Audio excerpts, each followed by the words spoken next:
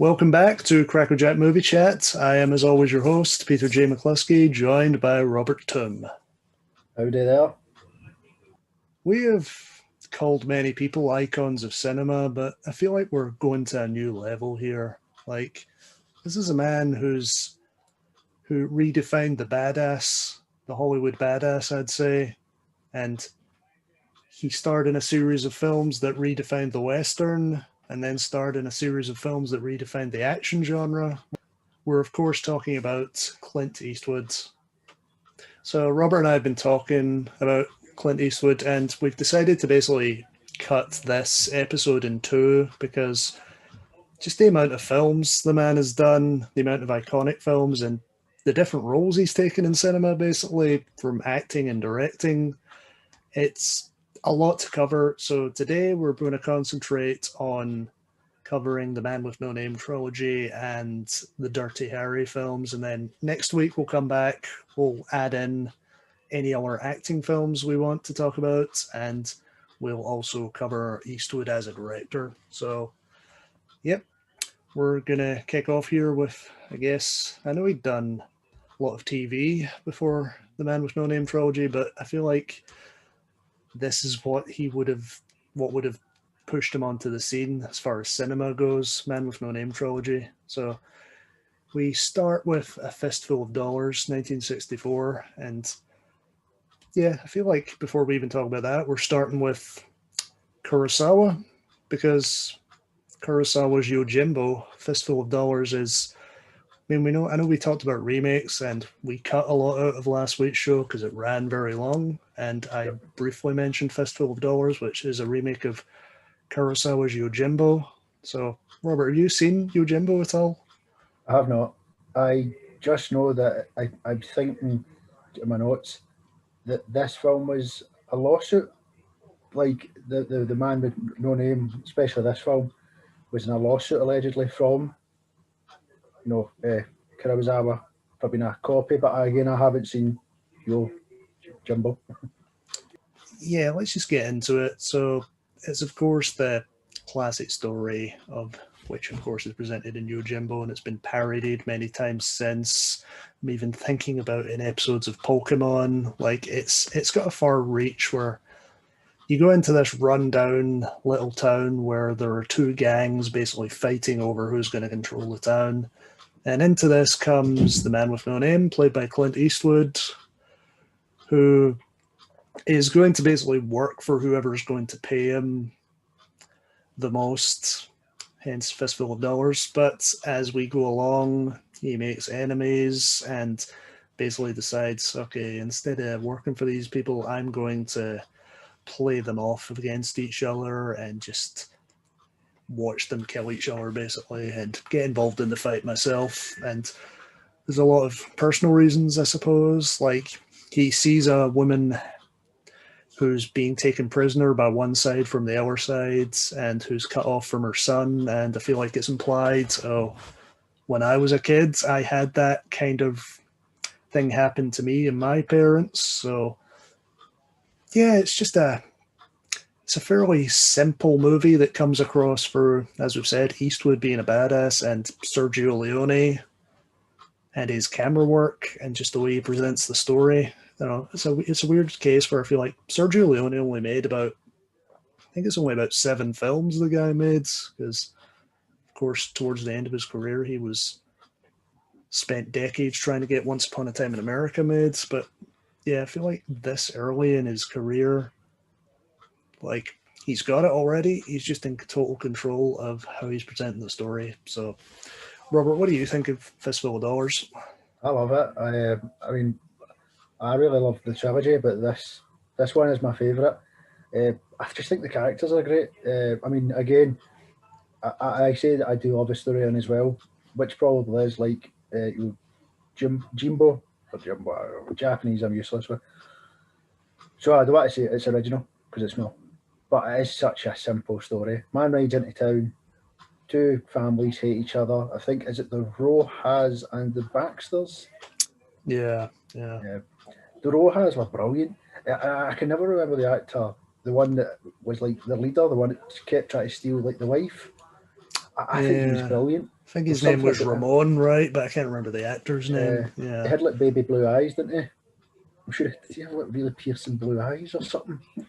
That was a great film, and it's just I could just say I love it all day long because they are. It's just everything about it's great. The characters, you genuinely feel sorry for obviously you feel sorry for the family because you've just some mad random psychos try to steal your wife and child and stuff. Although does he? I think he tries to kill the wee boy at one point or another, doesn't he? He's like awful loopy. I don't know. I feel like it's the kind of, it's weird. if you go back to like something like, it's kind of like the scene in Goodfellas where Joe Pesci's shooting at the guy's feet and saying, "Go on, dance, dance," and he's like, it's like, I feel like that's what's happening here. He's kind of like shooting at the kids, not intending to kill him or not kill him. It's like, hey, I'm going to do this, and if he dies, kind of thing. Nice. They would have been making a lot of spaghetti westerns in Italy at the time, I would have thought. But what's special about this is, of course, it went worldwide, and yeah, really redefined what a western was. Like, you go back to John Wayne before this, and like I've never been a huge fan of John Wayne, honestly. Like, some of the films I remember being fine, but it's definitely a defined John Wayne is the good guy who's going up against the evil cowboys, or in more inappropriate senses, going up against the Native Americans. Or yeah, John Wayne's always like the good guy riding out beyond the camp and then coming back as the hero. But here, you get the sense that Eastwood is the hero by convenience, basically. Mm-hmm. It's almost like we talked about with Mad Max Fury Road, where at the start of that movie, Max has the speech about, I'm driven by one instinct now, survive. I feel like that all goes back to the man with no name. Yeah. Yeah, what I like about it is the stranger, as we'll call him, which I'm sure he is referred to as the stranger in the series because you never know his name. Never pretends to be a good guy. He doesn't say I'm righteous, because it's all for money in it. He'll happily leave that family behind for money. Well, when he'll save them, he's not completely heartless, but he's not a nice guy in the sense. Hence the factor that he could have saved the tune a lot quicker, but he didn't. That's what I like. This is why I do prefer Clint Eastwood's characters to John Wayne's. And again, maybe it was I was going to say the era, but they kind of did overlap. Not completely overlap, but they did. John Wayne's characters always felt like he's the good guy no matter what, whereas Clint Eastwood's characters always felt like they had something wrong with them. Pale Rider, I know I was meant to talk about this one. I'm going to ask Clint Eastwood now. We can talk about that another time, but just in the quickness, Pale Rider, he's meant to be the hero, but you start to go, oh, no, wait a minute, this guy's he's done things, and you get it for this, and it's the whole mysteriousness about the stranger. Like, what is he? Who is he? It goes great, and I think even the family start asking that themselves. That's great. Very well done. I think budget-wise, for a film that came out in 67, 64 it would have been, yeah. 64. Well, not well, a couple of years, but I think the budget was around 200,000 to 250. And it was filmed in Europe. I think they say bits out in Spain and Italy and a bit of Germany.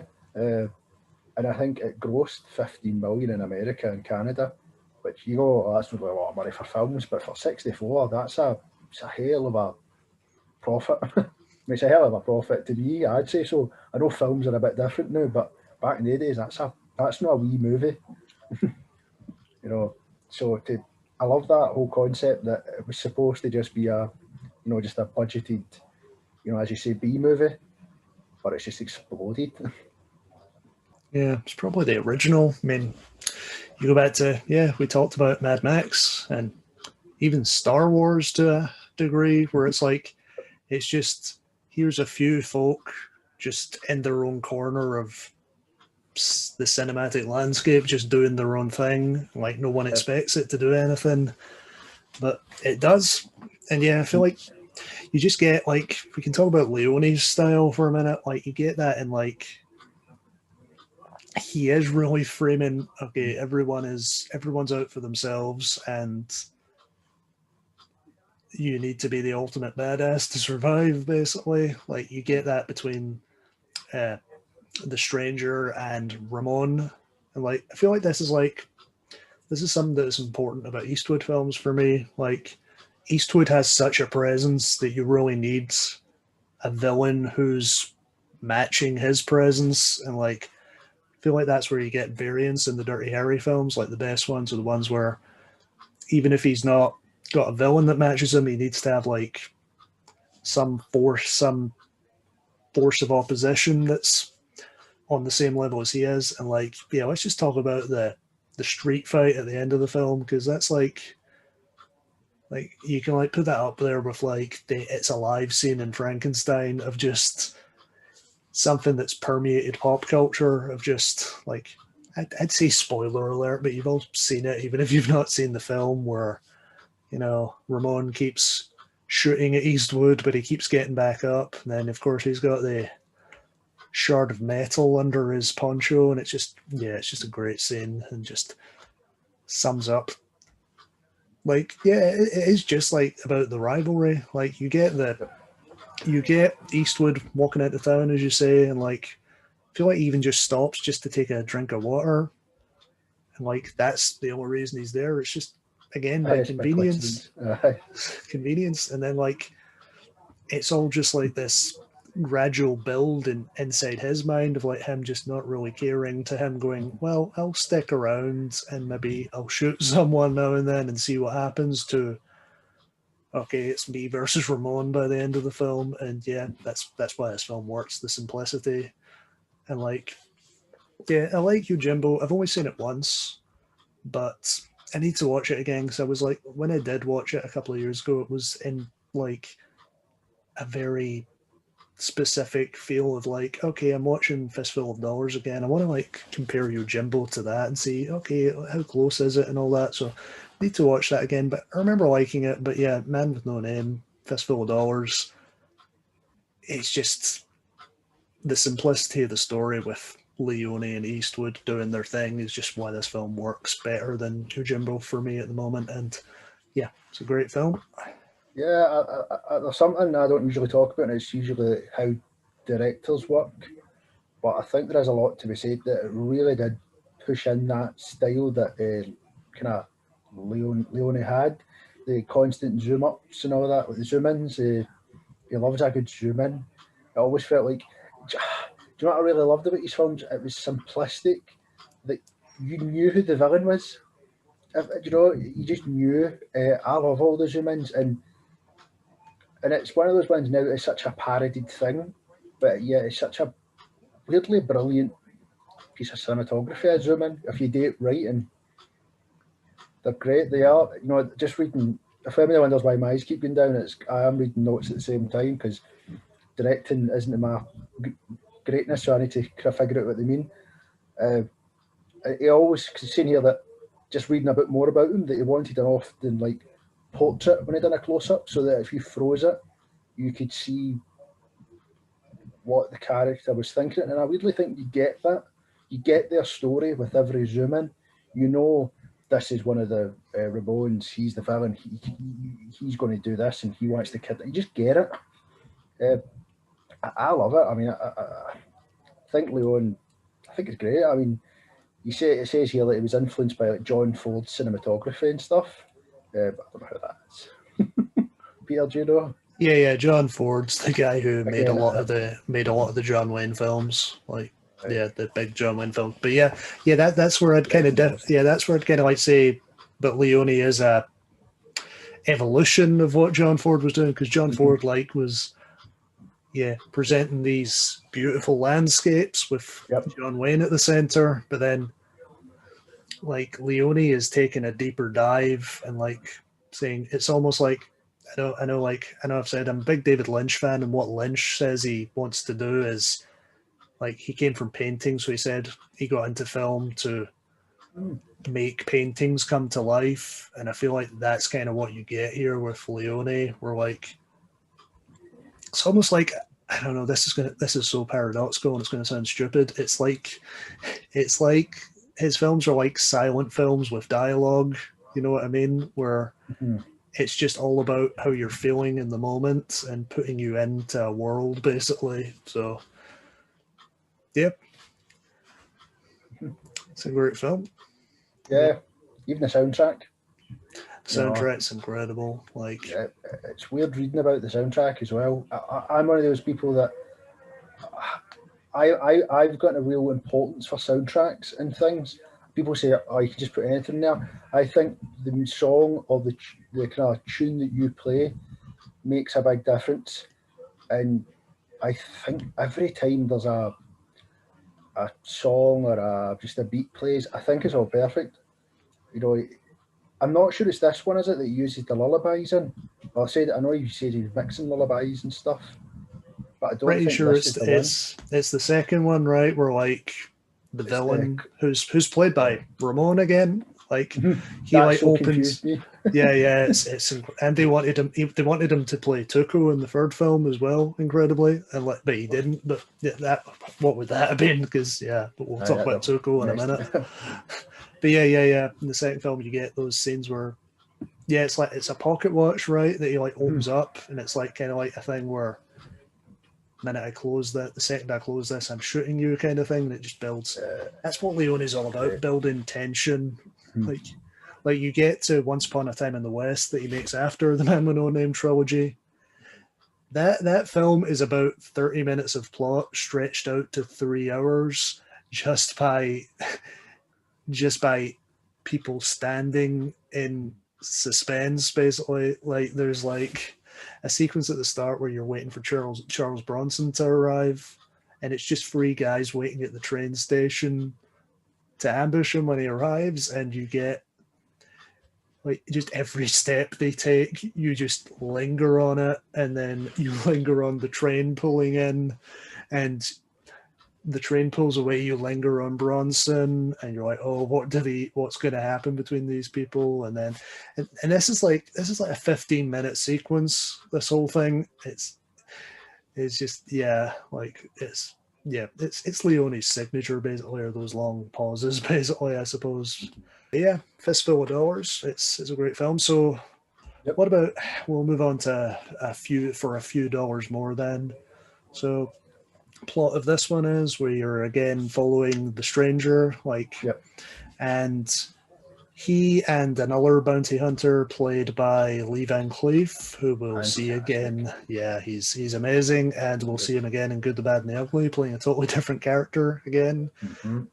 They are both independently trying to track down this gang, led again by the actor who played Ramon, and of course we get them bumping into each other, and it's the whole, it's basically kind of the birth of the it's like the trope that carries forward into Lethal Weapon, the 2 cops coming from different angles who don't like each other but are eventually going to team up. What I'd say about it for a few dollars more is I definitely like this film, but for me, out of the 3, it's the one that kind of feels like just another Western, if I'm honest. Like, a Fistful of Dollars changed the game entirely, and The Good, the Bad, and the Ugly after this was this complete epic of a story. And then for a few dollars more is, I mean, I hate to say this because it's Leone making a good film, and it's Eastwood and Lee Van Cleef, and there's so much good about it. But for me, it just sits as another good Western, basically. So what do you think about For a Few Dollars More, Robert? Yeah, when I first watched it, I was confused because I was like, wait a minute, you died, did you not, in the first film? Because he recurrently used the same actor, it really confused me. Because I think he wasn't, I mean, obviously Clint Eastwood returned, but he wasn't the only one, because I'm sure in the first film, the Ramones had a heavyset fella that worked for them. I'm sure the heavyset fella, see, this was, as I say, when I first watched it, I didn't know, so I was like, you died, so did you, and it was the confusion. But again, I think the villain in this one's called El Indio. But again, the guy plays a fabulous villain. Like, he is a great villain. I think, is he more unhinged in this one? I don't want to say, I want to say yes, but at the same time, I think he's equal. I'd say he is more unhinged in the second film, because at least in the first one, you got the sense of honor about the character, where like like even like when Eastwood's like trying to work for the Rojos, and then you at least get the sense of like, oh, Ramon's really dangerous, but he at least accepts Eastwood is like, okay, if you're going to work for us and you're going to like put in the effort and be loyal, then yeah, you'll work for us. That's fine. Yeah. But in this film, like again, just maybe it's like the pocket watch we're talking about again that El Indio carries around. It's just like you get the sense that like this guy is a time bomb that's going to be set off at any moment. So yeah. Yeah, because going on to the unhinged thing, as I say, he plays it very well. There even is that scene where he kills a husband and starts to, you know, he rapes a woman who I think she shoots herself while it's going on, and that's where he's picked up the pocket, well, the kind of pocket watch from. I think he's got it from her, if I remember this rightly. But see, that's not the film. There's also another storyline going on. Is it not personal for? Why, I don't know why I seem to always think that Lee Van Cleef's character, that was his daughter, but I don't know why I think that. I'm not sure if is it his daughter at the start of the film, or is it just established that in the past? It's been a while since I've watched the film, but I'm pretty sure it's at least established that El Indio did something to a member of his family. Yeah. Yeah, so. He has wronged him in some way. It says here that Mortimer retrieves the watch from Indigo's hand, and Manco remarks on Mortimer's resemblance to the woman in the photographs. Mortimer reveals that he is her brother, and with his revenge complete, declines his share of the bounty and leaves. Again, spoilers again, and I've just fired right through that there. But as we say, these are like classic films, and if you've not seen them, then well, that's your fault. As Clint Eastwood would say, deal with it. It's a good film, like it is a good film, but you are right. It does just feel like a western, which is weird because it's a great film, but it does feel like another, top western. It's not one of the more, for me anyway, it's not the more memorable of the three. And again, it's quite weird to say this, we're not slighting the film. It's a great film. The one I will say is, again, Leone gets the music right. That, as you said earlier, the pocket watch thing, and it always zooms into the villain's face, creates a really uncomfortable tension that you know something's going to happen. You don't want to look at it, but you have to. I will say though, it's almost like backing up something you said, that like I don't really feel like Eastwood gets as much of a storyline in this film. Like he's obviously iconic and like just playing that character brilliantly, but if it's all about Mortimer, played by Lee Van Cleef, as we've said. Like you just get like, I mean, it's in complete contrast to like, obviously everyone thinks of him from The Good, the Bad, and the Ugly, where he plays like this despicable character, but like in this, it's almost like a forerunner of Christoph Waltz in Django Unchained, where it's this really civilized character who's out there in the Old West and who just maintains dignity and calmness through everything that happens. And yeah, I really like that.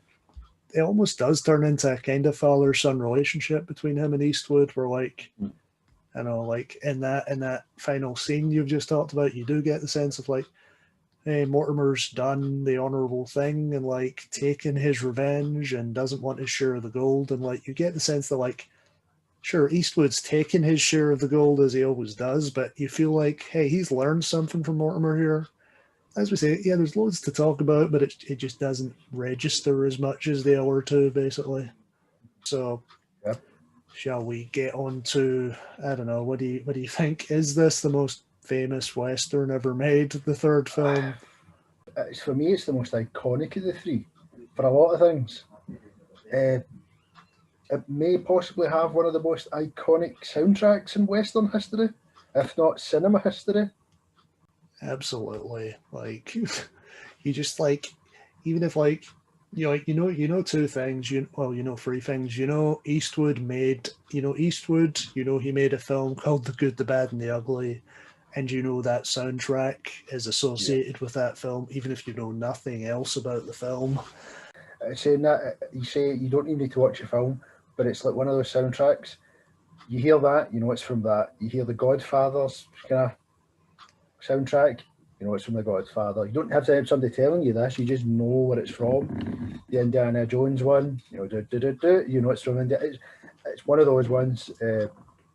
But yeah, as you say, yeah, it's an iconic. You just know where it's from.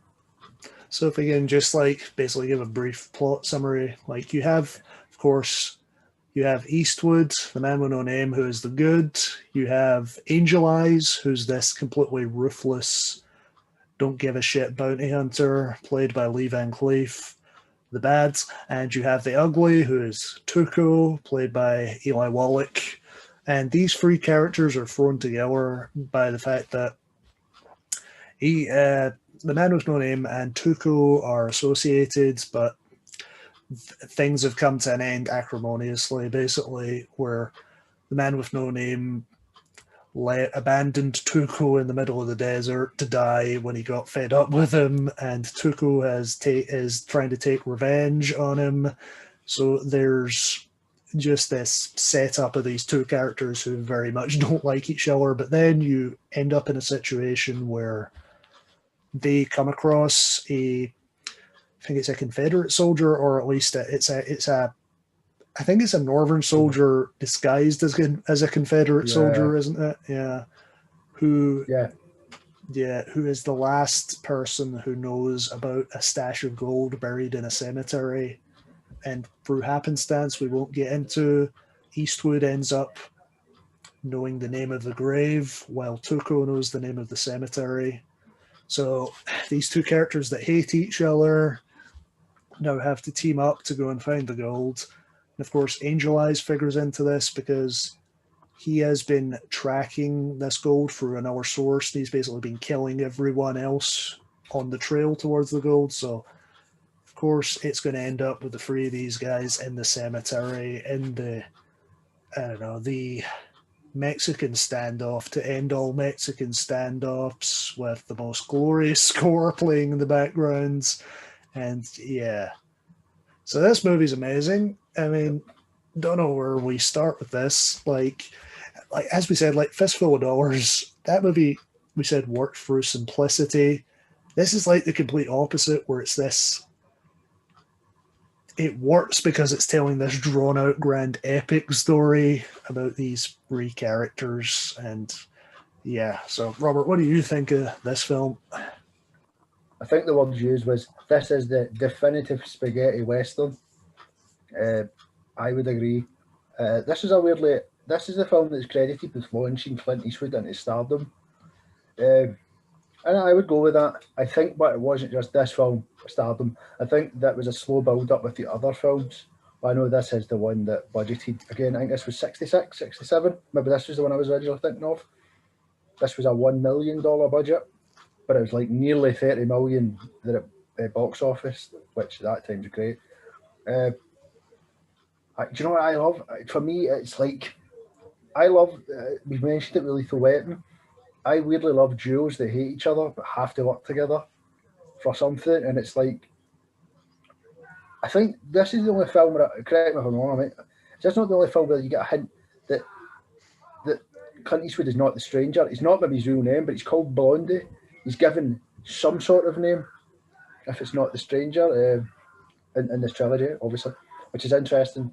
And is it not like, is it he finds Tuco being hung, he saves Tuco from being hung, but then Tuco finally catches up with Blondie, which is Clint Eastwood, to then make him force march in the desert. This is when they meet the unionist soldier, whatever, who then tells one of them one side of the story and the other one the other side, like where the grave is. And then it's like two people that absolutely hate each other, need each other.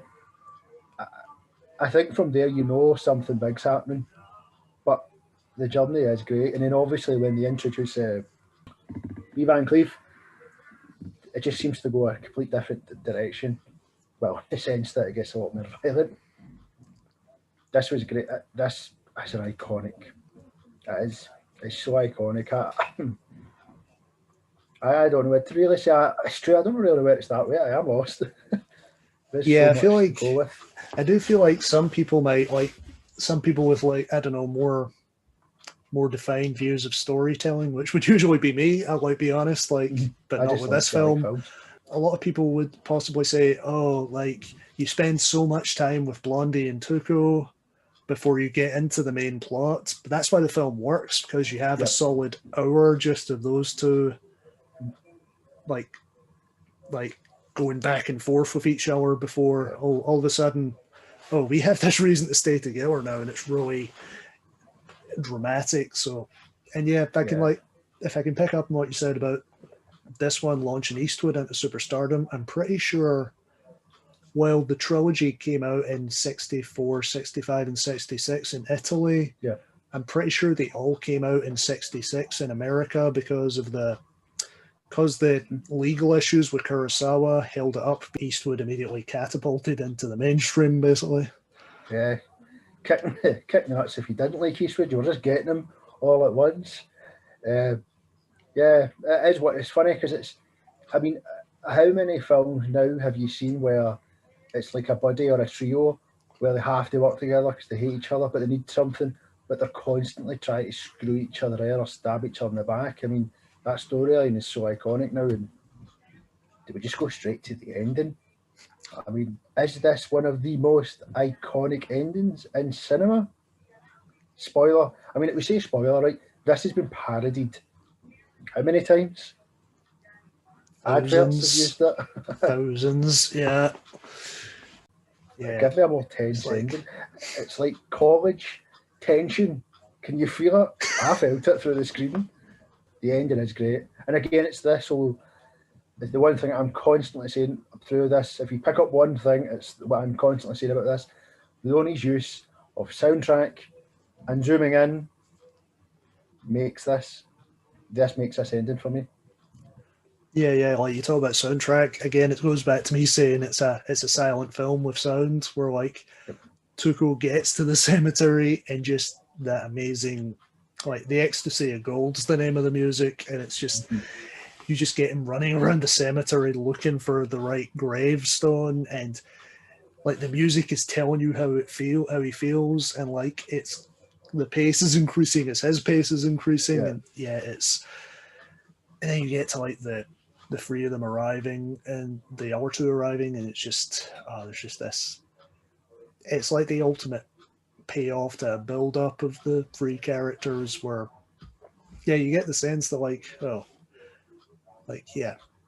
and Blondie would have happily killed each other, Angel Eyes would have happily killed either of them, and but like now we're at the cemetery, we have no reason to keep each other alive. So it's just it's as I say, this is more epic than A Fistful of Dollars, but there's that simple story again at the center of it, of three characters all going in the same direction for different reasons, and that's why you're so engaged with it, basically.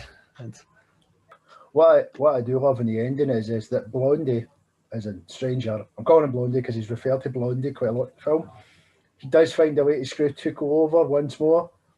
So I am going to spoil it. You will have seen this, you must have. Spoiler alert, tell you to skip. Spoiler done. He have the big tense moment. He shoots Angel Eyes.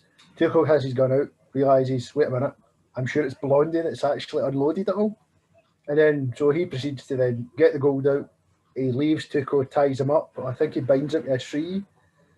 And then at the end of the film, you can hear Tuco cussing him because, again, he screwed him again. So you never know, would he have caught up with him again? We never got another film, so we'd never known. But I do love that at the end of it. You just screwed him out. Didn't kill him, just left him in the desert. Horrible. Yeah, it almost makes you wish. Like they almost made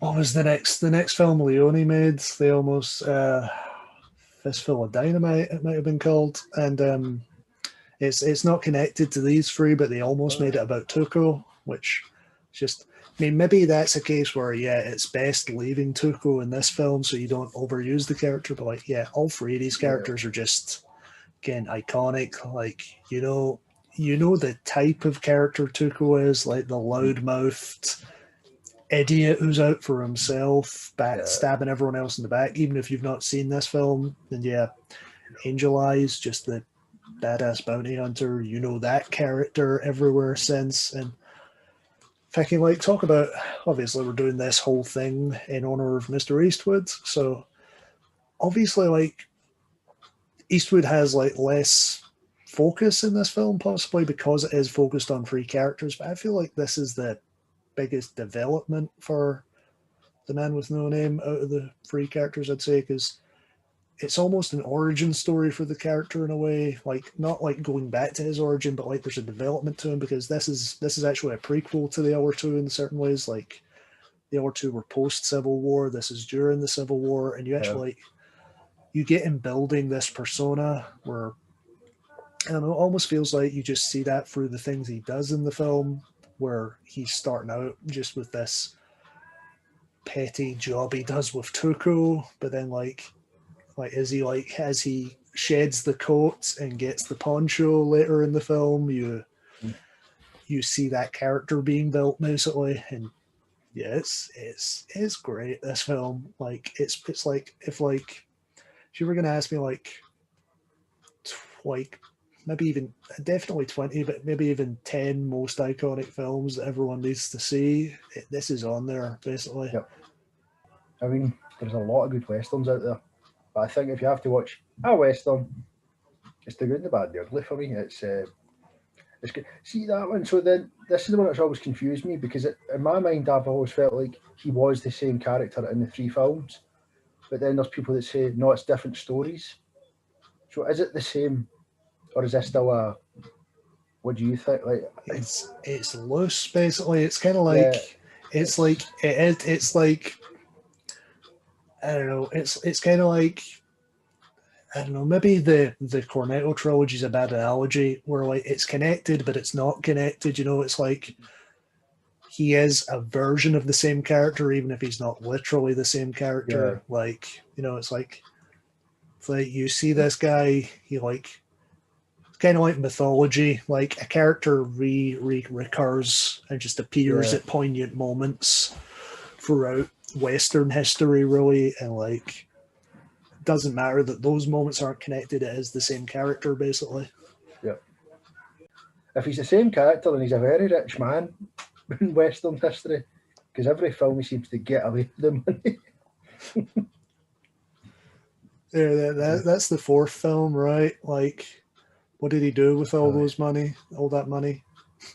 Yeah, because gold. Building El Dorado in a cave somewhere. Yeah. Then maybe became the Pale Rider at the end of it. Then he went on to become Unforgiven. Not that. And yeah, I definitely feel like you can read, what is it, William Money is the name of the character in Unforgiven, right? Yep. Yeah, I feel like you can read that as that is the same character Eastwood's been playing in every Western he's ever made at the end of his life cycle, basically. You can, even if it's not literally the same character, it's metaphorically the same character. Yeah, he is always a necessary, well, what's the phrase? It's a necessary evil. I feel like that is the way he is. He's needed in the situations. Clint Eastwood films his westerns are great. He's always, I mean, we've said this about, I think, 10 times already in this. He's never white, he's never clean, he's never, I'm pure good, I'm the good guy. He's flawed, he's rough. Then that's basically you get with these three films. You're not going to get a nice guy, he's not going to be nice to you. He's going to shoot you and take your bottle of drink off you in the bar, like most people in the Westerns, I think, seem to have done. Well, we use the word I use the word canonized a lot. Call that pretentious if you want, but like, I feel like you can definitely say out of cinema in general, these three films are canonized. Basically, they'll always be there. They'll always have their place. It's one of the ones, if they were ever to be remade, even though one is a remake of a film, but if they were to be remade, I'd riot. Unless again, like it's doing everything. It's like taking the idea and doing it differently, which Fistful of Dollars did with Yojimbo. It's like it's not the same film, but it's got so many elements that are the same, but it's different film. Like I know they remade Unforgiven in Japan a few years ago, Oh, which, interesting. like, if they'd remade Unforgiven as a Western in America, that's the mistake. But the Yeah. Japanese, like, reversing what usually happens and then remaking a classic Western, that's what a remake should be, like, taking the base elements and doing your own thing with them.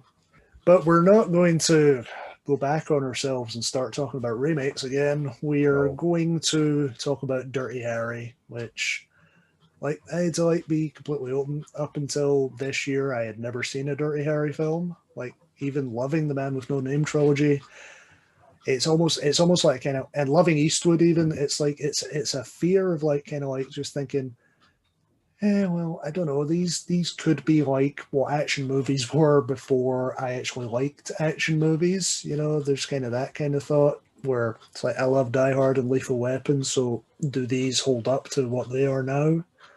So for the last 5 Sundays, I guess, I've been watching Dirty Harry films, and yeah, I guess we'll start at the beginning. Dirty Harry, 1971, which just talking about 70s crime films, it's already the right genre for the right decade, Yep. basically.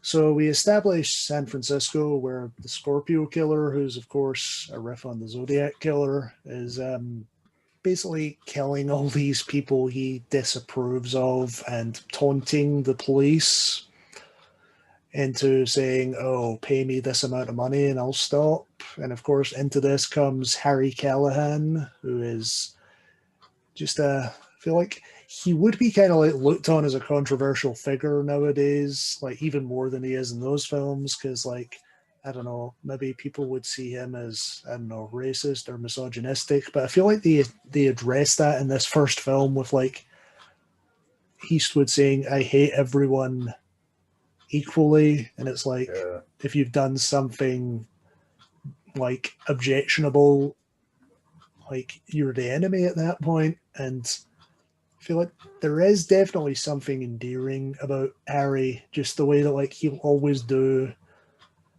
like, it's what kind of like why we can, like, still celebrate Dirty Harry films in this age of, like, everything that's going on with the police in America nowadays, is because I feel like there's always a definitive feeling that Harry is up against evil people, basically. And yeah, I think this first Dirty Harry film is great. Like, I was completely blown away by it. It's putting a character in a place played by the right guy, basically. Mm-hmm. Do you know what I really love about the first Dirty Harry? See, if you really break it down, it's just a simple plot, but that's what makes it so good. It's just, if you really break it down, it's a man, psychotic person, shooting people, wanting more money for it, and you've just got this really pissed off, angry, violent copper who flaunts the rules. Not flaunts the rules in a bad way. He knows what has to be done. Because I think in this film it's the more touchy feely, correct police work, whereas Dirty Harry is like what most people would do to an offender of a certain kind. Because there is a like I think you know what I love about it, and I think this. You're right. The film is controversial because you would argue a lot now. Mental health is a big thing now, and even though this guy's killing people, Harry Callahan seems to really mess with him because he knows it's him. But there is a scene where I think is it Scorpio has captured a young girl, and Clint Eastwood's chasing him through a baseball park or a baseball stadium. Basically, that, and this is what I'm talking about, where Callahan flaunts the rules. And I'll say I've missed his main entrance into this film, but I'm sure me and Peter will go back to this. I know we will. Uh, just talk about flaunts the rules. He's blown this guy away. He's blown Scorpio away. Not killed him. Although I don't know how, because he shot me a 44 Magnum at the time, the most powerful handgun in the world. Love that quote. And he's put his fingers in the wound and he's not giving him help. He's not reading his rights. That throws the case out. But the young woman has died, I think. But this then is the beginning, I think, of the film, and in a funnier kind of psychotic way, because now Dirty Harry, or Harry Callahan, is now playing Scorpio's tactics against him with the psychotic blackmail. He appears everywhere, you know, before I go to talk about that iconic standing on the bridge scene, I think, do we need to go back and talk about Harry Callahan's, what I would say, the coolest shootout in cinema history, the bank robbery, when we get that Yeah, this ultimately is amazing quote. this is a scene that it's kind of like you think you're not like, as I say, I only saw this about 6 weeks ago for the first time. It's a scene you think, because you know it from pop culture, you think it's not going to play now that I see it in context. It's just going to be dulled over the years, but like this scene is amazing. Like it just because it's character driven basically, and like it's adrenalized at the same time. We're like you just get the sense that this is, and like the later sequels will prove this, that Harry just has these incidents every day where he's just gonna see a crime happening and blow entirely past police procedure and just make the statement with that 44 Magnum of like, I'm the ultimate badass. Challenge that if you will. You're not going to succeed, basically. Like, yeah, that quote is incredible. Yeah. That bank robbery, is it not he's getting a hot dog and there's just a bank robbery going across the road, and it's almost just walks over and pulls this cannon out his pocket, his holster. I think there's four, he kills 3 robbers, and then the 4th one's lying out wounded. He puts the gun right to his face, and this is where you get it. I'm not going to act it out because I couldn't do it, because no one can do it. And I know what you're thinking. Did you hear 5? Did he fire 6 shots or only 5? Well, to tell you the truth, in all this excitement, I've kind of lost myself. But being this is a 44 Magnum, the most powerful handgun in the world, and would blow your head clean off, you've got to ask yourself one question: do I feel lucky? And then he grits his teeth and it's just, well, do you, punk? It's that. And it just makes the guy surrender. I mean, he's wounded, right, but he's got a shotgun. Then it's like, I need to know. He's not getting the ammo in the gun. He fired all his rounds off, and it's just like, the balls on this guy. Like, the absolute balls on him. Because what happens if the guy pulls a shotgun? What was he going to do? He's getting the ammo.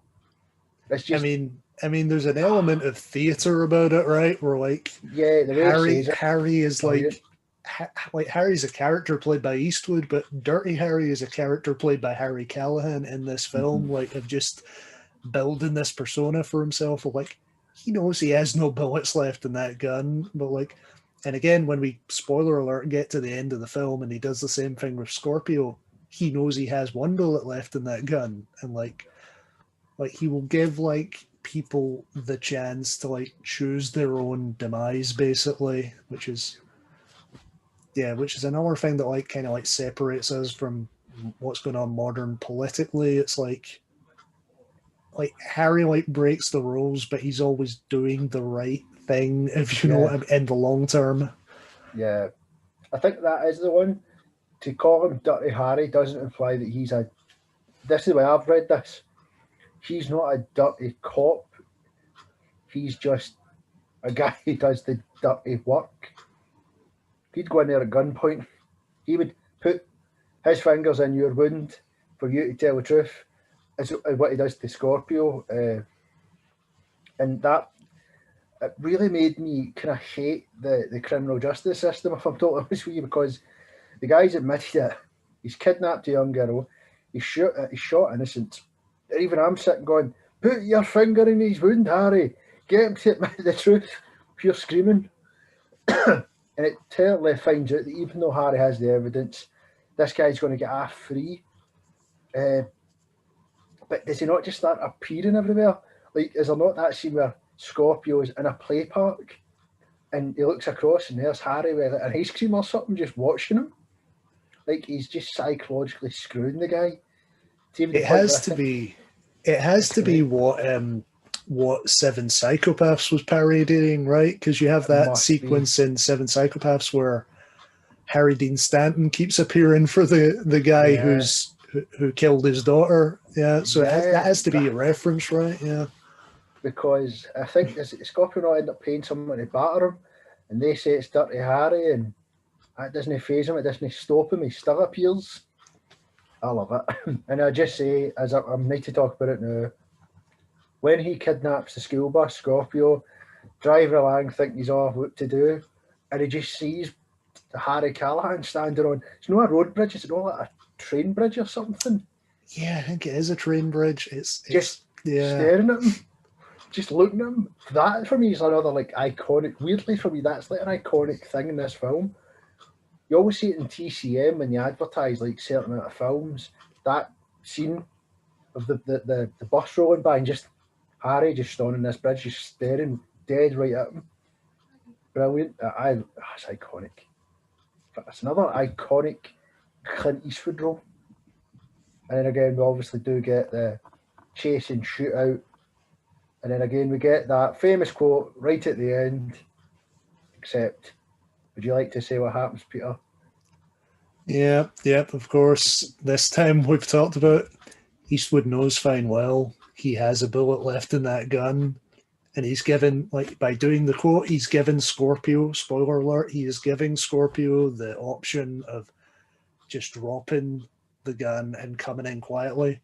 But Scorpio goes for the gun and Eastwood shoots him dead. So, yeah, it's great. Like, it's like we're going to talk about the rest of these sequels, like, but that original Dirty Harry, it can exist as part of a franchise or it can exist as a standalone 70s crime film. It's like really influential as well. Like I said at the start of this, like I didn't know how it would measure up to modern action films. It not only measures up, it kind of like makes you like look at modern action films differently when you see it. Like so influential. Like you look at like there's a scene in this movie where Harry has to talk down suicide risk, where like he has to talk down a guy who's threatening to jump off a building, and like you get like this whole I'm not involved, I'm just doing this because it's the job, and it's like, and I'm watching this like now and just thinking that's from Lethal Weapon. Mm-hmm.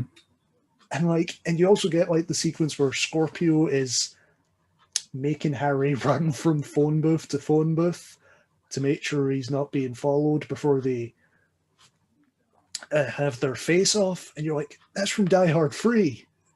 And it's like, this film's influence is everywhere in the action genre, basically. And yeah, Harry is a character like, I don't know, every male of a certain persuasion wishes they are, I suppose you would say. Like, he's like, he's kind of like the I'm gonna like the character who's going to like blow past procedure and blow past cultural expectations and do what he thinks is right in the long term, which I think a lot of people wish they could be, basically. In a weird way, for me, the villain's believable. I think now if the film was to come out, much like the Joker, you know, a lot of people get very upset that people say, oh, just because people with mental illness happen to be villains. But, you know, the film is believable. A man just going on a ransack shooting people. You know, that's happening quite a lot in America.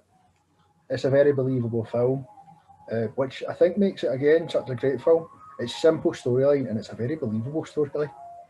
Like we mentioned, you need a good foil for Eastwood in a lot of films, and Andrew Robinson is just the complete opposite of Eastwood in this, and that's why it works really. Like Andrew Robinson's an actor I really like I'm a big Star Trek fan. He was Garak in Deep Space Nine, so many episodes there, and he's also in the first Hellraiser film, and he just works really well in this film, I'd say. Cool. So a couple of years later, we get Magnum Force, which almost like a reaction to controversy around Dirty Harry, I'd say, because it's about, you get criminals being systematically killed across San Francisco in this film, and as things go along, you get the sense of, okay, like there's feelings that like these people were being pulled over by police officers before they were killed, and like as it goes along, you get a sense of, okay, there has to be some rogue force inside the police who are doing what Harry does, basically, of like, well, taking a step beyond what Harry does, of like busting past procedure and just killing whoever they see as villainous or the wrong element, basically. And I feel like that's like, it really works as like a companion to the first Dirty Harry, because you get Harry having to confront the fact of like, oh, these people have very similar views to me, but they're taking it way too far. And I feel like that's important, and why I can root for Dirty Harry is because like you see that he does have a line, and like he will go after the worst of the worst, but he won't do it unless it's necessary, basically. So yeah, Magnum Force, it's another fun one, I'd say. Like it's like a little less gritty and a little more action oriented, but yeah, it's a fun one. What do you think, Robert? Yeah, I mean, it also plays on the joke again that he has another partner that he doesn't want. Seems to be no one wants to be partners with Harry. I wonder why. But yeah, I mean, as you say, as that line was crossed, I mean, Harry might know that you're the villain, but he won't kill you in cold blood unless you're trying to kill him. Whereas these rogue police officers, vigilante police officers, should we say, are just killing people. As is shown from the start, I think, is an Italian mobster who killed someone, gets off with a lack of evidence, the usual kind of film kind of stuff, pulled over and just blasted. They're just killed. But I do love the scene where Harry appears. It's just like he seems to be bumped down. Like, despite the fact he's done so much, it's like no one wants him. It's almost they're trying to push him out the force, which then leads you to this classic thing, as we say, Harry always seems to be in the wrong place at the wrong time. So he goes for he goes for a burger at an airport, but at the same time, a plane just happens to be hijacked, which Harry pretends to be the pilot, which I must say is the most, it is so fantasy, but Eastwood sells it though, is the yeah, thing. it's the whole area about just when he's dressed up in the suit, and it's just, could you help me lift off? And it's just like, that whole scene was just just to say it right, he's not a pilot, let us state this, it's an international flight. Flying a plane, especially flying, I'd imagine, a Boeing 737 or something, is very difficult. The plane's meant to be taking off, so they're just flying down the runway, and you've got this whole tension of a man pointing a gun at Harry, a terrorist. I think there's only one, is it, in the hallway? There's only two of them or something, I remember rightly. 2 or 3 maybe. Yeah, there might be 2 on our side possibly, but it's definitely not more than 4, I don't think. Yeah. And you just get this scene where, is he going to lift off? And it's just one of the pilots happens to say, without questioning your ability, do you know how to fly a plane? And it's just this thing I love about Clint Eastwood is Clint Eastwood can somehow tell you a joke or be funny without intentionally being funny. He just goes, no, and just slams the brake, but you laugh. And I feel like you get that with a lot of Clint Eastwood films. Like, he's weirdly funny without being funny. And it's just, yeah, as you say, it's more action because he just plating, grinds to a halt, everybody flies forward, and it's just Dirty Harry again being an absolute hero. Yeah, I mean, just that wee part of the film is a great kind of 30. Is it in the first half hour? It is in the first half hour of the film. Yeah, so, it's definitely before he's shown up at one of the scenes of one of the mobsters who's been killed, but he hasn't like actually been involved in the case at that point. I don't think it's like the first one. He has his wee bit where he has a speech, and it's like, right now here's his badass moment by accident, and it's great. But yeah, I mean, it's an interesting. I think it's an interesting concept. The film, again, it is a believable aspect as well that you do sometimes hear in the news, and I think many other storylines and many other films have went with this, that police that have just become disgruntled by the justice system and want to go out and give vigilante justice, whether, vigilantism is a very controversial figure around the world right now, and always has been, whether it's right just to take the law into your own hands, whether you agree with the justice system. It's a very good idea, especially the whole factor that they are police officers, and no one likes police officers investigating other police officers. So it was I felt like it was a very strong hit, and topic to kind of go with. Especially being police officers that Harry gets along with. Like, you see, he has the scene where these guys are all new recruits, just so we can establish all young guys, but who are amazing with their magnums, basically. And you get that cool scene at the firing range where Eastwood shoots and they're shooting, and you're just getting this really mutual respect between them, where you just get the feeling of oh, they look up to Harry, and they hope that, oh, maybe you just get a kind of a sense of they kind of hope maybe we should get Harry in on this vigilante scheme that we're doing. And and I feel you get that when they confront Harry towards the end of the film, when it's finally revealed, yes, it is them that are doing it. You get Harry kind of feel, you just get a kind of feel of Harry of I don't want to put you guys away, but you're doing the wrong thing, basically. Yeah, I mean, it's great as well because you find out as well that I think it's Lieutenant Neil Briggs that was the leader of all this, wasn't it? And I know when he's reporting, when Harry goes to him to report it all or to show him evidence, there's a bomb involved. I remember rightly, I think that's where Briggs kind of says, I'm the leader. And not so blasé, I'm the leader. But you get this whole scene where he explains it. And I think he actually does offer Harry to join them. But again, as we say, he's Dirty Harry not by the fact that he's a dirty copper. He's Dirty Harry by the fact that he'll do what needs to be done to bring justice to those that, need justice bringing. Not by vigilante work of killing people if he can't help it. He would rather arrest them and book them and take them in, and he doesn't agree. But the ending is very good again. It's, Briggs thinks he can use his power to get out. Again, spoiler alert. Briggs thinks he can use his power to get out, and he'll report him and stuff. And the bomb ends up getting activated, and it blows Briggs up, and you're left with this brilliant line, as Peter had stated at the fact about limitations and lines being crossed. Callahan says a man's got to know his limitations, and just walks away, and that's your ending. Almost to say that I know what I need to do, but I know when I need to stop.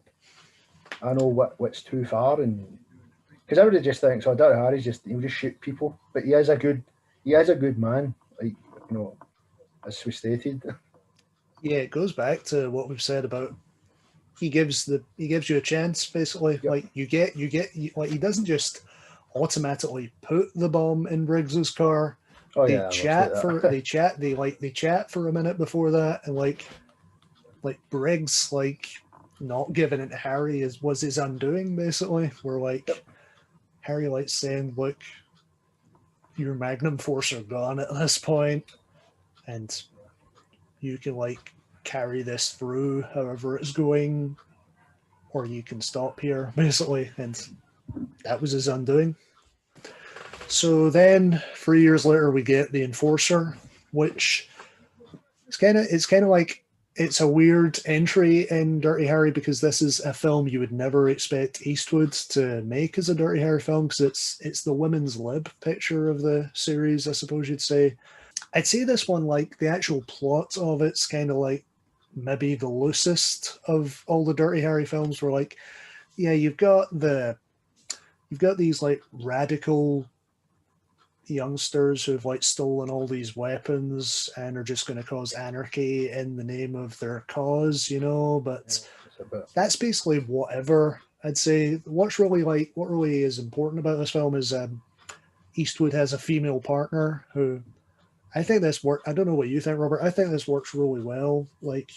You get, of course, we start the film, Eastwood, Harry Reller has been reprimanded again and demoted for just not following procedure, and he's basically been demoted to the place where he's interviewing new recruits to the police squad, or I actually think they're folk who are on the police, but they've only done desk work, and now they're seeing who's fit to go into the field, right? Yeah.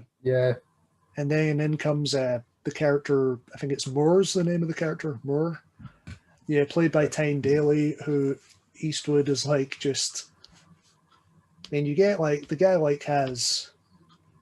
has backwards views, but he's like trying to do the right thing, but he has some like backwards views where like he just says, "Oh, this is like a young woman who has like no experience in the field. She'll be killed, and she'll get her partner killed within weeks, basically."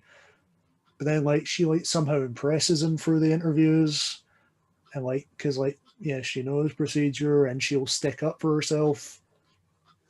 But then of course you get what's the character's name? DiGiorgio, I think it is, who's Yep. this character who's in the background the first couple of Dirty Harry films, and you get that like, oh, he's Harry's pal. He is killed by these radical characters, so Harry is brought back into the fold, and of course Tyne Daly's character is assigned to him as his partner, and of course you get the what we're talking about with the good, the bad, and the ugly, the two partners who don't like each other but have to grow to respect each other. And I think that's the part of the film that really works. Like I feel like Tyne Daly holds her own of not just being like there's so many chances in this film for Harry to just berate her as inexperienced and shouldn't be on the police force, but you really get that this character has what it takes, really. And yep, I just feel like they have a good chemistry throughout the film.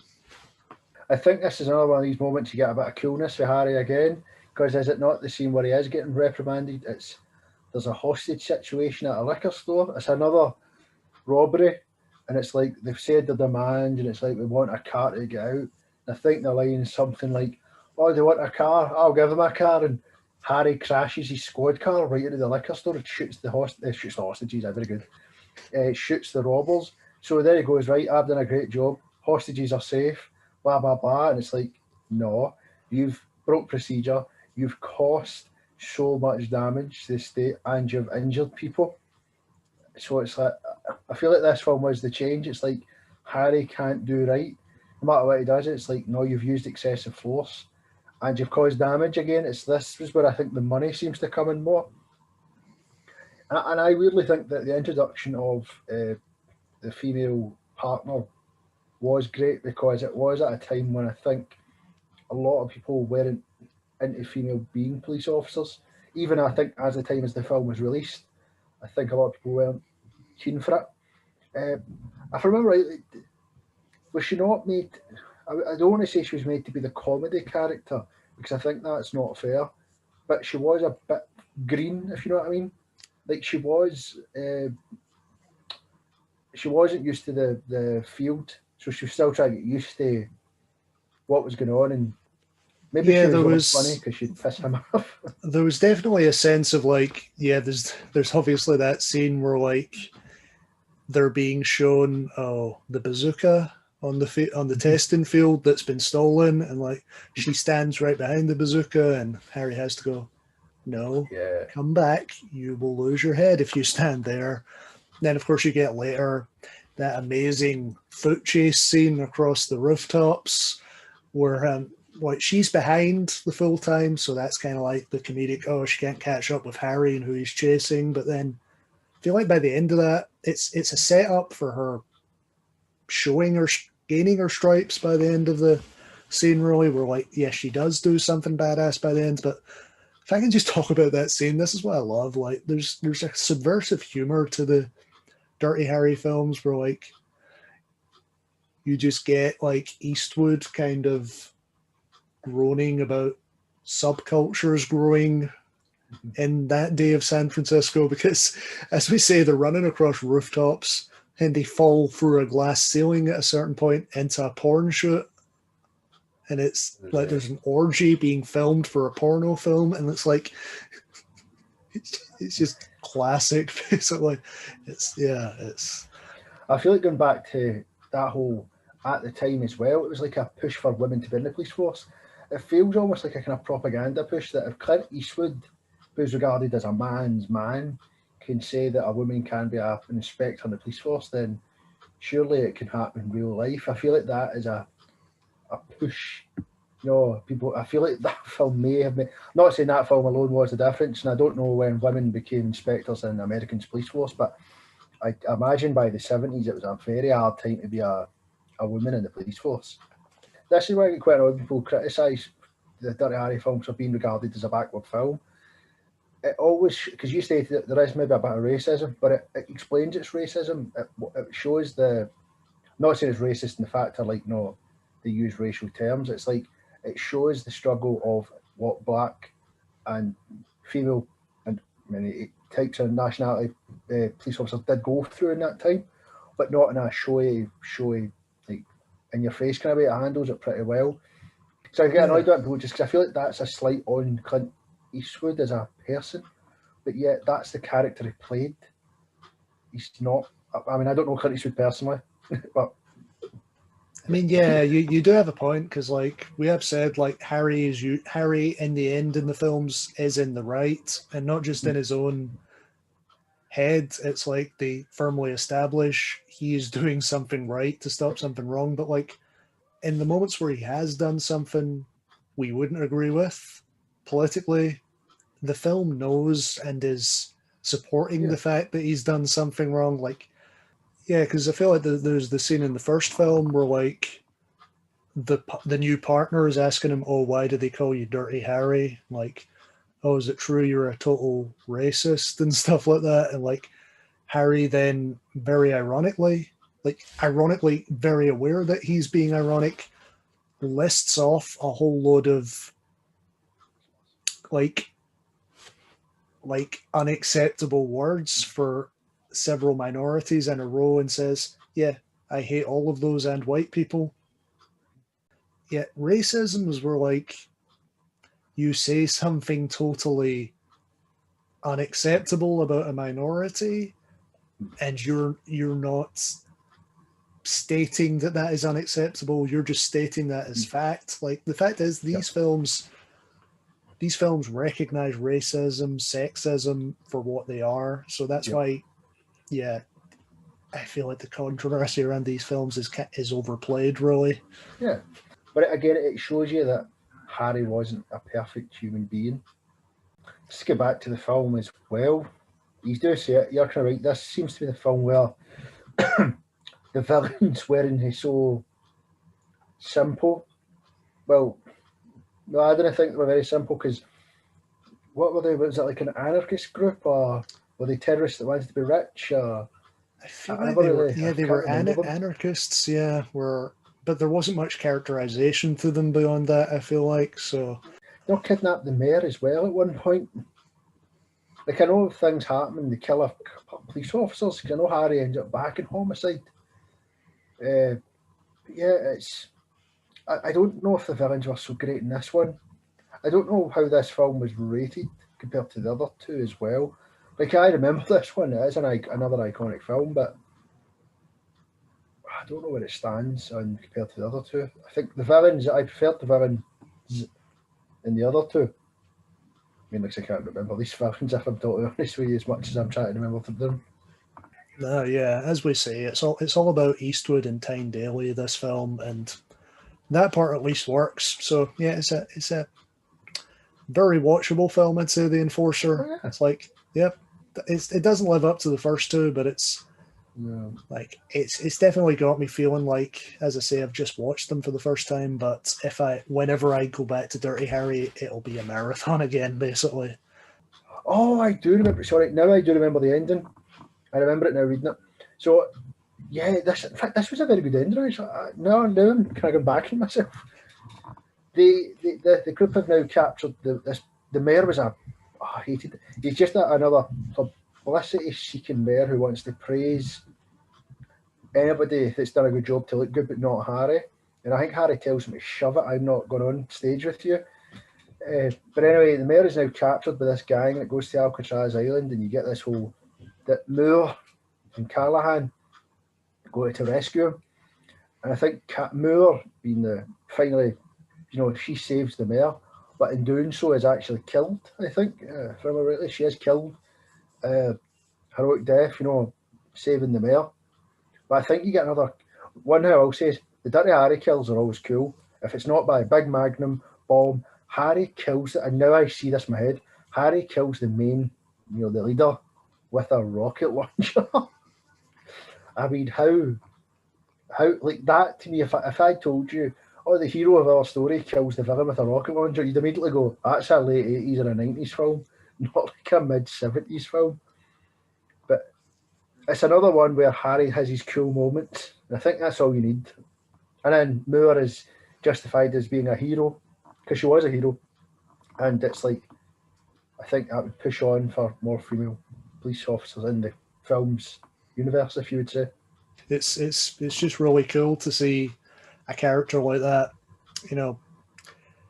15 years before Clarice Starling and Dana Scully in 90s properties. Like you feel like they were the ones that really, those two characters set the standard for female, well, FBI agents they were specifically, but yeah, this character, it's a really likable and really pretty well drawn version of that character 15 years earlier. And yeah, that's what I'll say about the film overall. It's like very decent, like very watchable.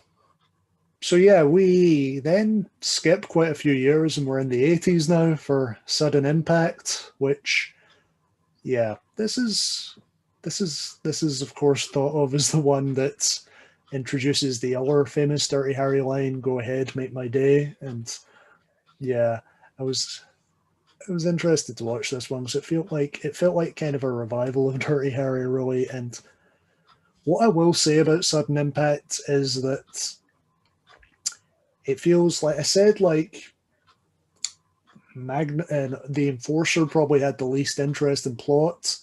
This one does have an interest in plot, but I'd say nothing really feels connected in it. But at the same time, I like everything in it. It's a weird place to be in where it's like, I feel like I'm just watching events that don't really connect and there's no natural flow, but I like all this stuff. So I'm kind of like on the fence, So, but yeah, I ended up quite liking Sudden Impact. So, of course, we start in another position where Harry didn't get a warrant. Harry didn't succeed, therefore, in bringing a villain to justice. And now we're basically in a place where we get this awesome scene where Harry like corners a mob boss in this fancy restaurant. I think they're actually having a wedding, and he talks the guy into having a heart attack just by convincing him, "I have a note that tells that this woman you killed left that tells of everything you ever did." And of course the note's blank, but yeah, it's just awesome. And of course the mob boss is played by Michael Vigazzo, I'm pretty sure, who was Frank Pentangeli from Godfather 2. So it's just weird when you see, I know I can just read that as, hey, somehow Harry Callahan has just talked Frank Pentangeli into a heart attack. So of course we're now in this position where left, right, and center mobsters are appearing and trying to shoot Harry. So of course they're shipping him off to this seaside town, like a bit south of San Francisco, because they believe that some vigilante has been killing people in San Francisco who comes from this seaside town. Of course, it's no secret. It's a character played by Sondra Locke, who was Clint Eastwood's real life girlfriend at the time, who I believe, yeah, what happened was she and her sister were both raped by this gang, and now we're years later, and the sister is catatonic, and Sondra Locke has, by complete coincidence, seen one of the rapists in the streets and has gone through the motions and ended up killing this rapist, and now is going back to her hometown to track down the rest and kill them. And of course, Harry's now in his hometown, and he is, of course, going to be romantically linked to her, just meeting her by coincidence. And of course, we're going to go through the motions, and he's going to end up finding out she is the killer. And what does he do? Because, of course, it's again a case like Magnum Force where he agrees that she's killing the right people, but he doesn't necessarily agree she should be doing it. And gotta say, it's really strange. Like, I'm feeling like deja vu, because right after I watched this film, I watched Promising Young Woman, which is, of course, one of the Oscar winners from Sunday night, which, I mean, a great film. Let everyone watch it. It's amazing. Carey Mulligan was awesome in it. it deserved its screenplay Oscar. But that's again another film about a woman whose best friend committed suicide after being raped, and now she's going on this revenge mission, basically. So it just felt so bizarre to be watching that and Sudden Impact, two films that you just wouldn't think would be in any way connected, but they just felt so similar in certain ways. So yeah, Robert, what do you remember about Sudden Impact? Well, I think Sudden Impact, I'm sure, is it the only film that was directed by Clint Eastwood himself? Yeah, that's right, yeah. Yeah, and as you say, it was his real life girlfriend at the time. This is one of those ones where you kind of agree, like, I like films like this in the sense that you agree with the villain, if you want to call her the villain. You know, I'll be honest with you, like, I don't think she does anything wrong. I mean, I get by the law she is doing something wrong, but I mean, her and her sister are, you know, raped and she goes for vengeance. I mean, I don't think you really can begrudge that. It's yeah, it's weird how I was saying earlier that I couldn't remember this film, and yet now when I just looked at it, I go, no, wait a minute, I do know this film. This is I actually really like the storyline. I think the storyline's great. It's one of those ones, again, as you said, we've got more, just to come off a very serious topic, it gives us another cool Harry Callahan moments, you know, I think, is it just before the heart attack to the mob boss, does he not, like, have a fight in a diner, the hostage situation, and that's when he goes and says, like, make my day. Yeah, the diner's already been held up and he's left, but because Harry's just a genius at this point. He knows something wasn't right in there. Yeah. So he just reappears behind the till with his coffee and he's just like... coolest guy ever. Yeah. And I just want to say something about Make My Day, Go Ahead, Make My Day. Like, before I was watching this film, it's again like loving the way the 44 Magnum speech was used in the first film. I was kind of thinking, you're just going to try and recreate the 44 Magnum speech and it's not going to work as well. But Go Ahead, Make My Day worked brilliantly. It's like, again, like success through simplification. It's just like that last criminal is standing and could shoot someone. Harry just says, go ahead, make my day at the perfect time, the perfect way. And yeah, it worked brilliantly. Yeah, I think this is weirdly like one of maybe the first film where the superiors kind of admit they need them. Because I'm sure he gets, after the heart attack scene, he gets called down and he's getting absolutely shouted at and bawled at, but it's like, we can't fire you or suspend you because like you get results. It's almost as if they finally have put their hands up to go, oh, Christ, like, you're not good for PR, but at the same time, you keep crime down, they're scared of you. It's like, weirdly, in a sense, it's like Batman. You know, I know Batman was a vigilante, but it's like that. It's like, we want to get rid of you, but we can't because we actually do need you because you do the work that we don't want to do. And ironically, the police chief of the small town he goes to was played by Pat Hingle, who is Commissioner Gordon from the Michael Keaton and Batman films. Yeah, I love it. Is it not also just because this was in it after the kind of the first man's killed and they go back and killings are started, or the vigilantism? Is it not set that they bring him back from his holiday after these attacks have happened to him, and it's he's then sent to the town to assist, but the chief of this like smaller, I think it's like San Paulo or something it's called, not Sao Paulo, it's like San Paulo. I'm sure it's something like San Paulo. Yeah, it's like one letter off from Sao Paulo, right? Yeah. He wants nothing to do with this big hot shot copper, and then it's like he's got to deal with this guy as well, and is he not assigned to protect her? Because he becomes romantically involved. Actually, I'm sure it's like the whole weird triangle in it. Like he's protecting the woman or he's romantically involved with the woman who is the villain. See, this is where I say there's issues with the plot in this film. Even though I like everything that happens in this film, it's like if you break it down, this film makes no logical sense because he meets her entirely by accident, which he of course, like his pal has sent him a dog just to take the piss out of him, because it's like, you're a small town cop now, you should get a dog. Of course, the dog bumps into her when she's on her bike, and love at first sight and all that, and they are romantically involved. But I feel like, yeah, this is where, like, the issue with this film is Harry really does no detective work in this film. Everything just comes to Harry in this film, whereas in the previous three films, you can at least say he worked stuff out. But in this, it's just, oh, Harry's around when he needs to be around, and he is romantically involved with the Sandra Locke character, so that's how he gets involved, basically. So, yeah, it's an entertaining film.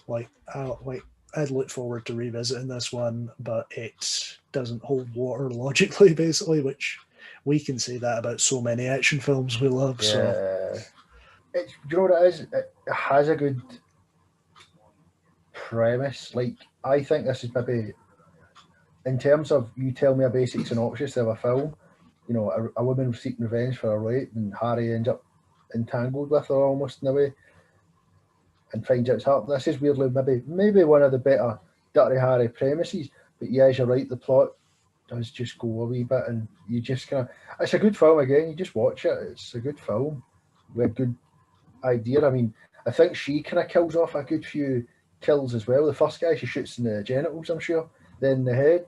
So I mean, she manages to get a few good kills in. That's what you want.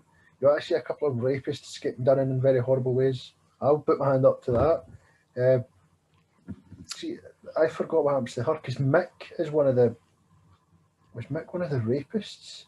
I know he's the villain. I remember a guy called Mick. That's the guy he fights at the end.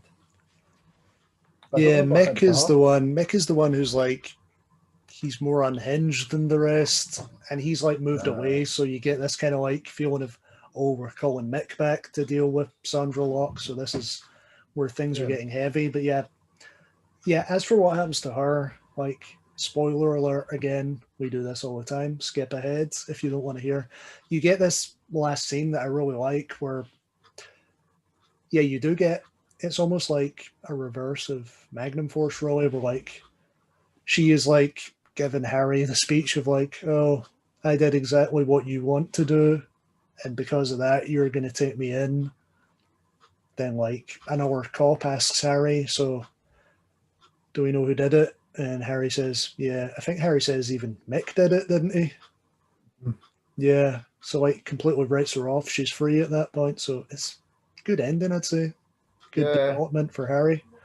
It's like, it's like an ending people would agree with, because she did break the law, but it's one of those ones. It's like vigilantism gone right. She wasn't. It's weird because at the same time we're disregarding Magnum Force's vigilantes, but again I get that, because that wasn't personal. This is personal for her. She's not a vigilante for other people. It's not to say that she'd kill these men and go on to kill again. She got her, I would say, justified revenge. I like it. No, you're right. I'm trying to look for criticisms, but if I'm looking for criticism, then I don't have any. I do enjoy it. It's just another good Clint Eastwood film with a very good, I think, a good story. It's another one, as I say, like whenever I'm going to revisit these Dirty Harry films again soon, and I will revisit all of them. So, like, there's not really there's weaker ones than others, but they're all watchable, is what I'd say. One of the things I liked about the Dirty Harry films, they give him just enough development in each film from where he was in the previous film. Like, yeah, you get Harry in the first film, but then in the second film, he has to, like, face himself, basically, and what he might have done. Then in the third film, you get, like, oh, because of course they establish his wife is dead from something unsaid previously before even the first film, which, again, Lethal Weapon. So, but yeah, and then in the third film, you get him kind of opening up to a relation. He could have a relationship with the Tyne Daly character at some point, which of course doesn't happen. But then in this fourth film, he is both having a relationship with Sandra Locke and accepting she can go free. So, as I say, there's just enough development, basically. So, that brings us neatly to the Deadpool. No, this has nothing to do with Ryan Reynolds. It does have something to do with it, a Canadian. Yes. So, the Deadpool, starring Liam Neeson, Guns N' Roses, and Jim Carrey.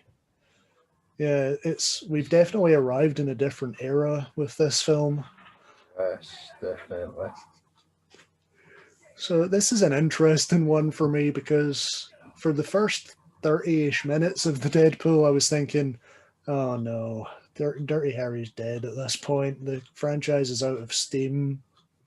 And yeah, they shouldn't have made a fifth film. But so much crazy stuff happens in this film that it kind of turns itself around, and I really ended up appreciating this one as well. So, of course, a bunch of deaths start happening around San Francisco, and it's established that everyone on this who's been killed was on a list called a Deadpool list, which of course means a list of who you think is going to die in the next year. And this was written by Liam Neeson, who plays a over-the-top horror film director. And of course, he has Harry Callahan on his list. So, of course, Neeson, being the person who wrote the list, is both the suspect, and it obviously brings Harry into all of this. And it's kind of hard to say what happens otherwise in this film. It's just this crazy, over the top. Like, I love the concept of the Deadpool. It's sinister and something different. But the film's really like crazy because you do have Liam Neeson's character as this.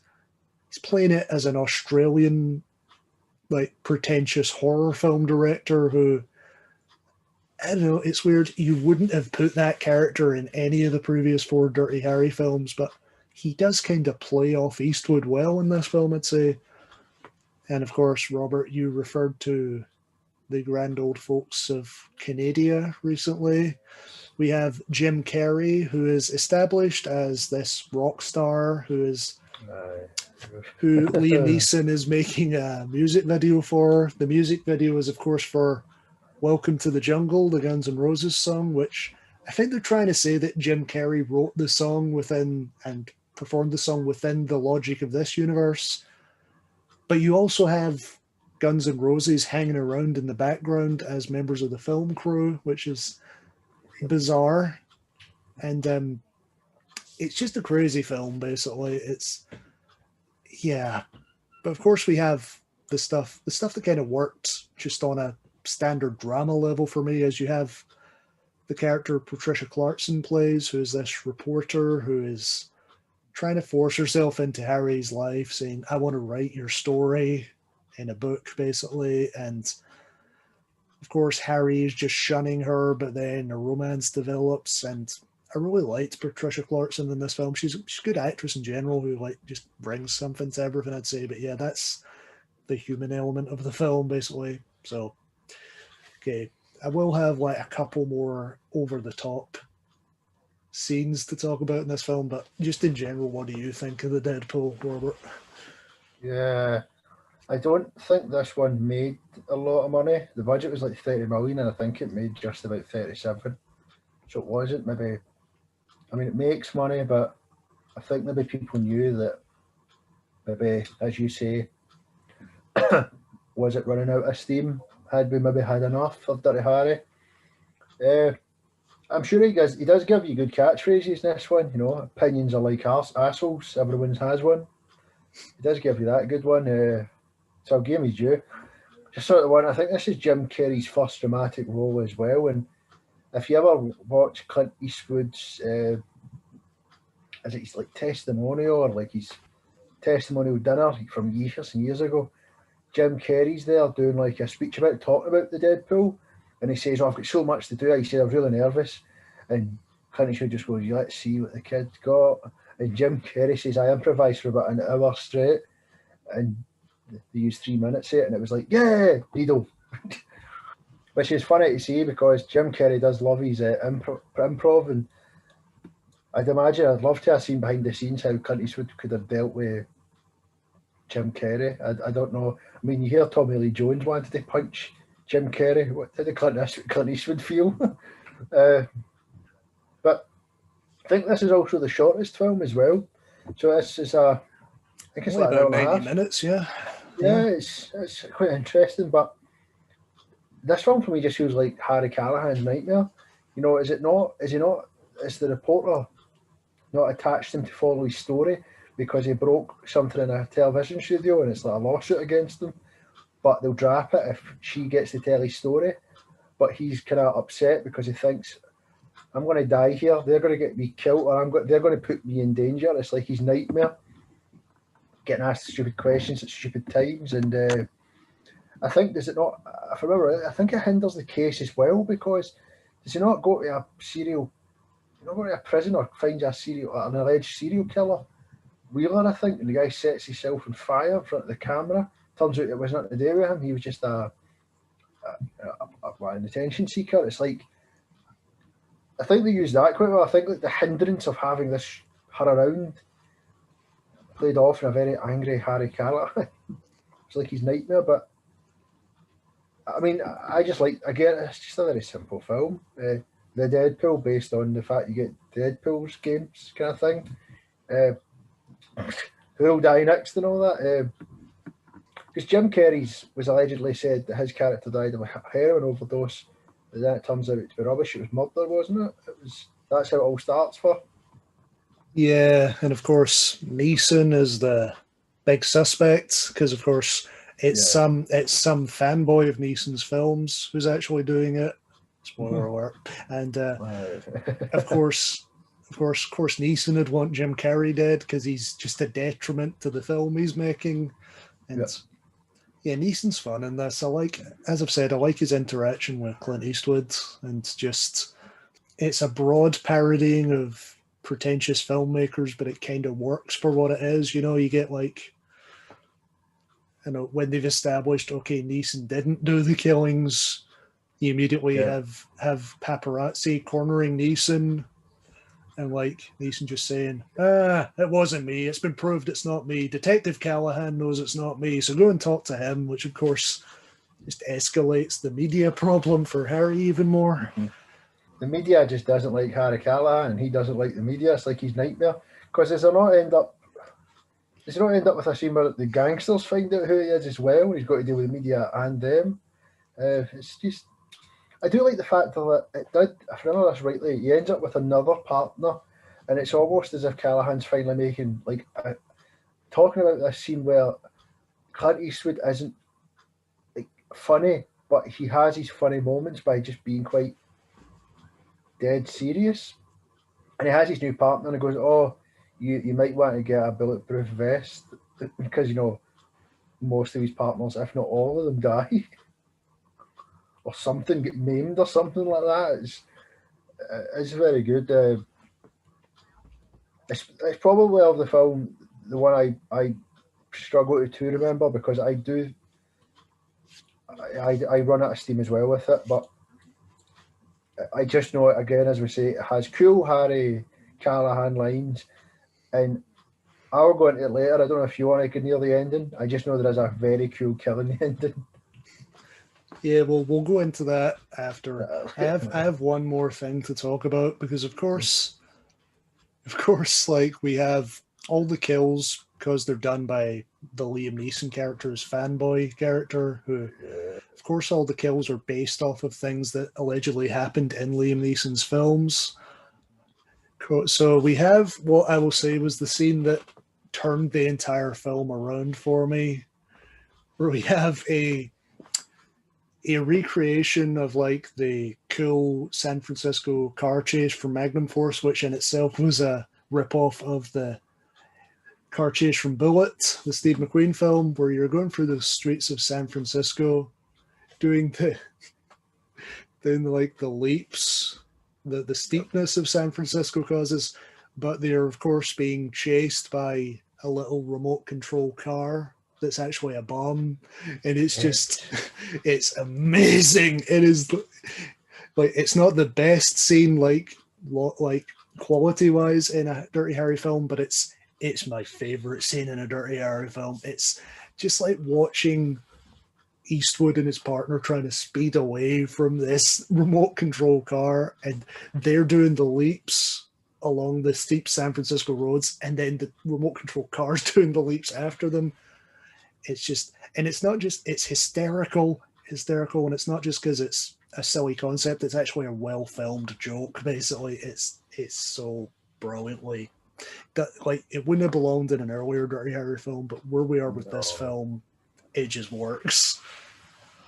The ending as well, you know, just the going about when they find out the police kind of raid these the villain's house, the apartment, and they find all these explosives and all these like torn posters of stuff, and you know the guy has now, I think he goes into a television studio or something like that, or a film studio, claiming to be Swan, which I think, if I remember rightly, Swan was Liam Neeson's character, wasn't it? Yeah, Swan. Yeah, yeah. Explain the thingies, and I think he takes hostages, and yeah, you get the whole Harry Callahan standing there with the 44 Magnum, and it's like, oh, I'll give you my gun then.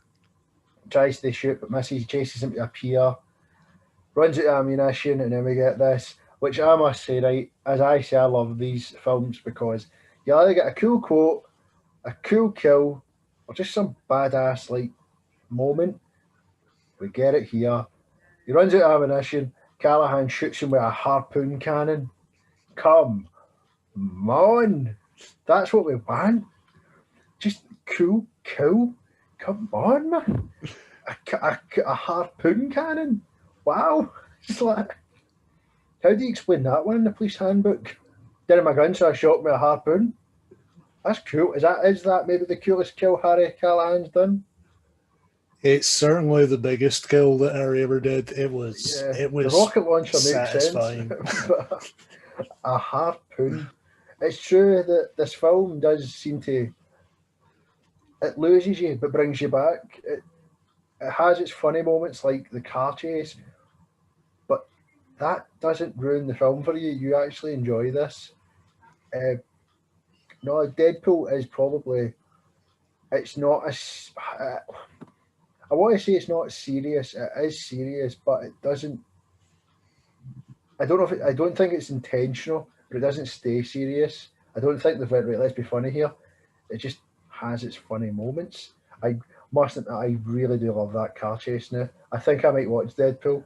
The Deadpool, sorry, that might be the one I might watch actually after this, just to see the car chase. And then compare it with Bullet. So stupid, but yeah, it's so good. Yeah, and if I can just like say about Harry's development over these films, you get him leaving at the end with Patricia Clarkson, which who knows if that relationship's going to work, but it's at least another step forward for Harry to know he's going to try something with her, basically. Yeah. So, yeah, and I feel like that sums up Dirty Harry really. Like, it got really silly in the Deadpool, but we never got one that completely lost it, you know? Mm-hmm. They all maintained at least a small amount of dignity. Yeah. And I feel like that's the good ending for the series, if you would, that he just goes away with maybe a woman he loves. Or because I feel like the Dirty Harry series could have either ended up with him dying, that big heroic death, and maybe finally getting the recognition he truly deserved, or him being able to retire in peace, or I don't know if he does retire. Just to tell you, I don't think. You just don't know. I'd like to think he did. I'd like to think Peter like, retired in peace, opened up a donut shop and hated everybody. Or in fact, he opened up like a cafe like in Wayne's World and he just hated people and talked about how he wants to kill everybody. Well, a lot of people do say that he retired and became Walt from Gran Torino. That's a theory, right? Sense. Yeah. There's also the theory as well, and I used to get this when I was younger, I used to make this mistake. I used to weirdly think The Rookie was also a part of the Dirty Harry franchise. Huh. You know, the one with Charlie Sheen, but the guy's not even called Harry Callahan in it. But I just always had the feeling that The Rookie was attached. I don't know why. I really don't know why. See, I always thought that a film we're going to talk about next week, The Gauntlet, I always thought that was somewhere in there as well for well. Dirty Harry. That one really feels like that's not like that's in between the Enforcer and Sudden Impact, so it's not like post Dirty Harry or anything. But that really feels like a lost Dirty Harry film. So Yeah, even the name, The Gauntlet. yeah, You know, because that's the thing with the Dirty Harry films. They're not just called Dirty Harry 1, 2, 3, 4, 5. They're just like you could pick up if you weren't so sure. You could probably pick up Magnum Force and think, "Oh, what's this? It's a separate film." Because that's the thing, though. They never really. It's the same character, but they never really tie in. They never mention past events. Not really. So you could watch. I don't. And you know what? That is something that I think is great about that franchise. Much like The Man with No Name, you don't need to watch them in order. I don't think you need to watch them in order. You could watch them any way you want. It would be weird, but it works. It does work, especially the Man with No Name franchise. Don't you can watch it on the order you want. I think that makes them good as well. You're not tied to a. It's not as if somebody said to you, "Please go and watch the third Dirty Harry film." You go, "Oh Christ, have I got to watch the first two?" You can just watch the third one. And there you go. yeah, you can.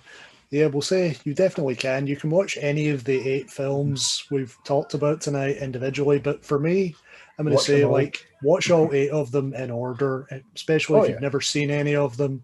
Yeah. Go and treat yourself and watch all 8 of them in order. Like they're not all amazing films, but at least there's not a bad film amongst them. Oh. They range from very watchable to spectacular. So they are very good. Would you say they are Clint Eastwood's most iconic roles? Definitely. Like they'll be carved on his gravestone right under Clint Eastwood. Like Major badass. yes, Harry Callahan, Blondie. Yeah, I mean he. For me, we compare him to John Wayne, but I think we have to because John Wayne done war films, he done cowboy films or westerns, and he did do a couple of cop films as well. Whereas Clint Eastwood as well done them, but I think the Clint Eastwood ones are always better. You know, even the war. I mean, I think John Wayne, the cop films aren't John Wayne's strongest suit. I think people always say his westerns or his war films. I think Clint Eastwood's a perfect balance because his war films, you've got Kelly's Heroes and try to get this one right now. It's not The Eagle Has Landed because that's Where Eagles Dare. Where Eagles Dare. I always get these two confused. I mean, these are superb films, and there's other Clint Eastwood war films. I mean, he's a well-rounded. I say well-rounded actor. He's just a very angry man, but he plays it so well.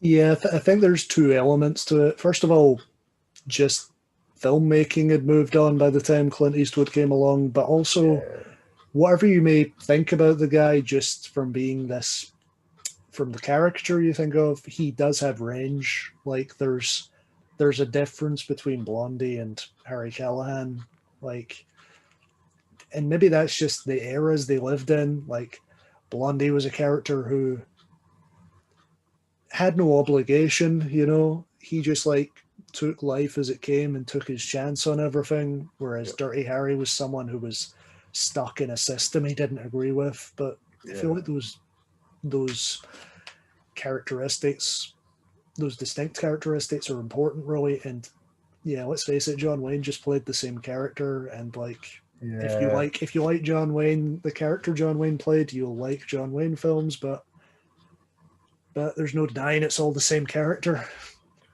But we have so much more to talk about next week, so I'd say let's leave everything else, all of it, Eastwood's other important acting roles and everything else he directed, to next week, because we're going to have an hour-long discussion, I think, next week. Yes, the man is so angry he needs 2 videos. Yes. So, Robert, I'll say again, thank you for joining me. You're welcome. And to the audience, thank you for watching, and we hope you have a good week. Or who knows, maybe you don't like Clint Eastwood and you'll be skipping the next video. We hope not, because there's going to be more great films we're going to recommend to you. Yeah. But whether we see you next week or the week after, have a good one, and thank you for watching. See you next time. Bye-bye.